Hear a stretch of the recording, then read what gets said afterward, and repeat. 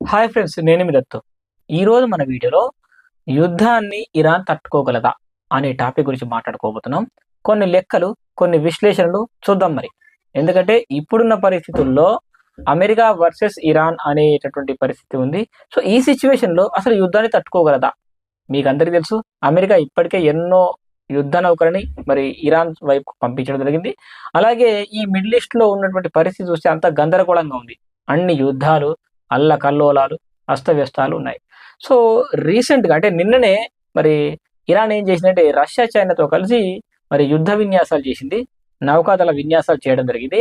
అట్లాగే ఆ Hormuz straight మొత్తం మూసివేయడం జరిగింది ఒక్కరోజు. అయితే మరి అమెరికాకి, ఇరాన్‌కి మధ్య యుద్ధం జరిగితే 100% అమెరికా గెలుస్తుంది. అందులో ఎలాంటి డౌట్ లేదు. కానీ మరి ఏం చేయగలదు? అసలు ఇరాన్ ఏం చేయగలదు? తన దగ్గర ఉన్న సత్తా ఏంటి? ఇది మూడో ప్రపంచ యుద్ధానికి దారితీసే పరిస్థితులు ఏర్పడతాయా? లేదా? అనేది చూద్దాం. ఫస్ట్ ఆఫ్ ఆల్ అమెరికా రక్షణ బడ్జెట్ విషయానికి వచ్చినట్టయితే $900 బిలియన్. అదే ఇరాన్ విషయానికొస్తే కేవలం $25 బిలియన్ మాత్రమే. అంటే అమెరికాతో పోలిస్తే ఇరాన్ చాలా తక్కువ స్థాయిలో ఉంది. సో, మిలిటరీ పరంగా ఏ విషయంలోనూ తక్కువనే.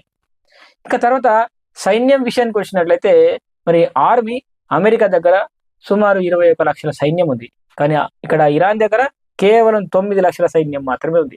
నేవీ, ఈ నేవీ విషయానికొచ్చినట్లయితే కేవలం 100 యుద్ధ నౌకలు మాత్రమే ఇరాన్ దగ్గర ఉంటే, అమెరికా దగ్గర 490కి పైగా యుద్ధ నౌకలున్నాయి.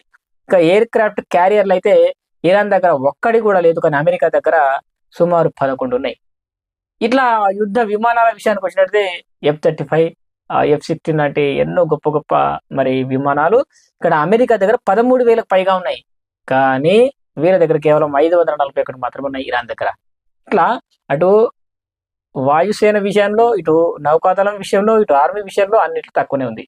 టెక్నాలజీ విషయంలో కూడా అమెరికా నంబర్ 1 పొజిషన్‌లో ఉంది. కానీ ఏం చేయగలదు? ఎట్లా నిలదొక్కుకోగలదు? అమెరికా దగ్గర 5,000కి పైగా మరి న్యూక్లియర్ వెపన్స్ ఉన్నాయి. మరి ఇరాన్ దగ్గర ఏమున్నాయి? అధికారికంగా ఒక్కటి కూడా లేదు. అనధికారికంగా 10-12 అణుబాంబులు ఉన్నట్లు ఒక లెక్క ఉందన్నమాట. సరే, ఏది ఏమైనా అమెరికా వర్సెస్ ఇరాన్ లెక్క జరుగుతా ఉంది.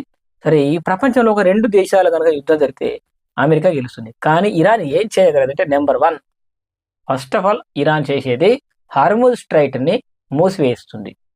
ఈ హర్ముజ్ జలసంధి మూసివేయడం వల్ల ప్రపంచంలో 20% చమురు అనేది నిలిచిపోతుంది. అంటే అన్ని దేశాలు ఎంతో కొంత ప్రభావితమైతాయి. అంటే మొత్తం మీద చాలా యూరప్ కంట్రీస్‌కి, అమెరికా లాంటి ఇంకా ఎన్నో ఎన్నో దేశాలకు సో మొత్తం చమురు సరఫరా ఆగిపోతుంది. సో ఇదొకటి. ఇంకోటి, ఇరాన్‌కు ఇంకో అడ్వాంటేజ్ ఏందంటే 2000 కిలోమీటర్ బాలిస్టిక్ మిసైల్స్ ప్రయోగించే కెపాసిటీ ఉంది కాబట్టి, అంటే అమెరికా ప్రపంచంలో ఎక్కడైనా ప్రయోగించే కెపాసిటీ ఉంది. కానీ ఇరాన్‌కి అట్లా లేదు. కానీ 2000 కిలోమీటర్లు, 3000 కిలోమీటర్లు అంటే దాని చుట్టుపక్కల ఉన్నటువంటి అమెరికా మిత్ర దేశాలు ఏవైతే ఉన్నాయో వాటన్నిటిని టార్గెట్ చేయగలదు. ముఖ్యంగా ఇజ్రాయెల్‌ని తుక్కు తుక్కు చేయగలదు.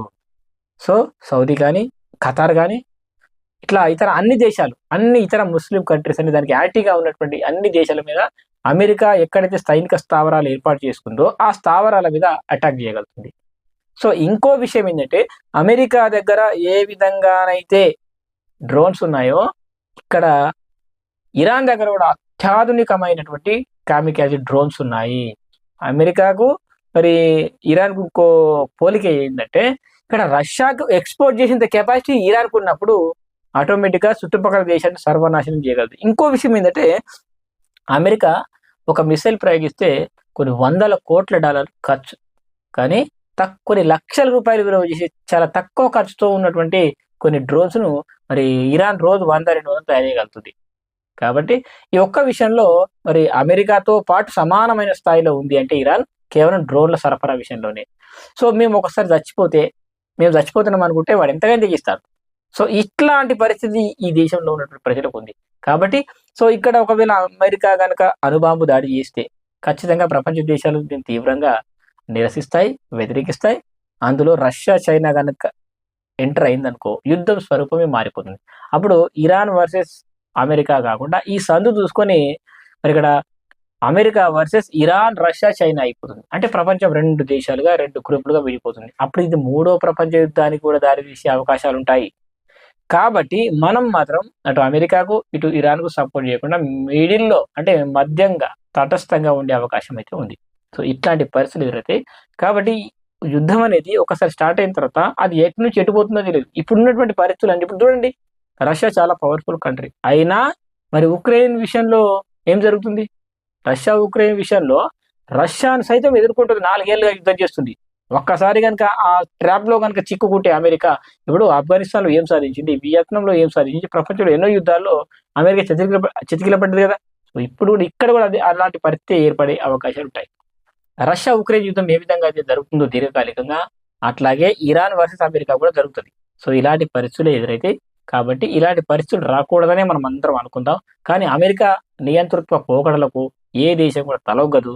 సో దీనిపై మీ అభిప్రాయాన్ని కామెంట్ ద్వారా తెలియజేయండి. Thanks for watching. బాయ్.